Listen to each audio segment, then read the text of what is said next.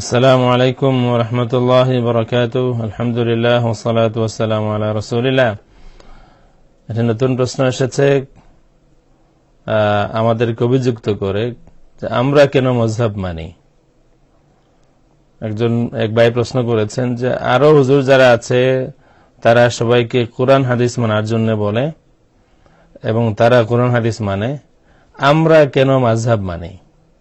আমরা তাদের মতো হতে পারি না?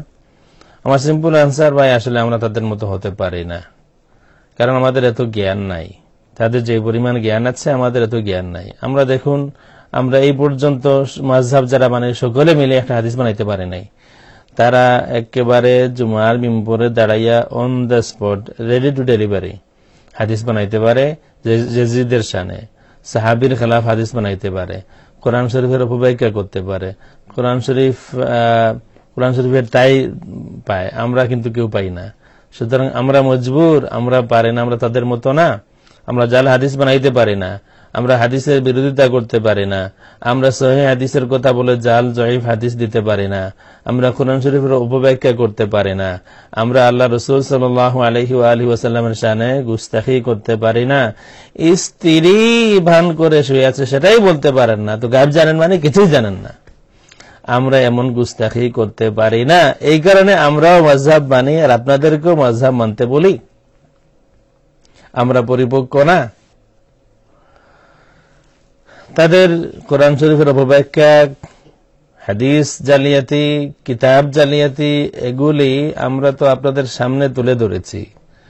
কারো যদি কোনো সন্দেহ হয়, ওই কিতাব তো আমরা দেখিয়েছি, ওই কিতাবটা খুলে দেখুন আমরা ঠিক বলেছি কি না। যদি আমরা ঠিক বলে থাকি তাহলে আপনি বিবেচনা করুন, আপনি তাদেরকে মানবেন না উম্মত যাদেরকে মানে তাদেরকে মানবেন। আর যদি আপনি পান আমরা ঠিক বলি নাই, তাহলে আমাদেরকে যে কোনো ভাবে আপনারা যোগাযোগ করতে পারবেন। শুধু বলে দেন যে না, আপনি কিতাব যেটা দেখিয়েছেন ওই কিতাবে ওই কথা নাই।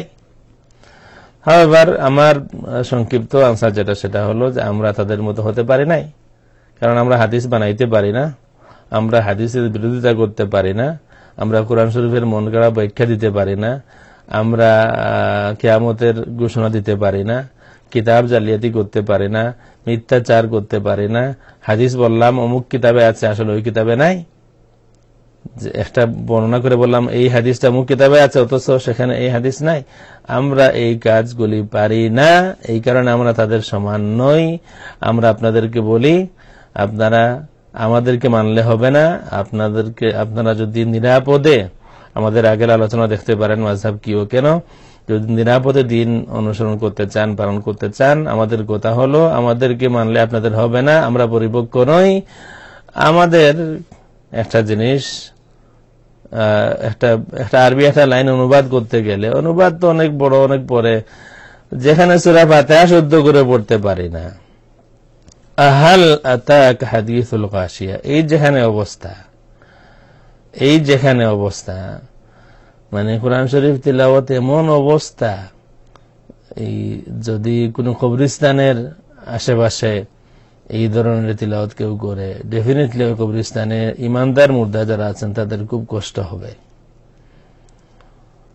আমরা তাদের মতো নই, আমরা পারবো না তাদের মতো হতে। আপনাদেরকে বলছি আপনাদের দ্বীনের সালামতির জন্য ইমাম সুফিয়ান ইবনে উয়াইনা ওনার কথা অনুসরণ করুন। আত-তাসলিমু লিল ফুকাহা সালামাতুন ফিদ দ্বীন। ওয়াসসালামু আলাইকুম ওয়া রাহমাতুল্লাহি ওয়া বারাকাতুহু।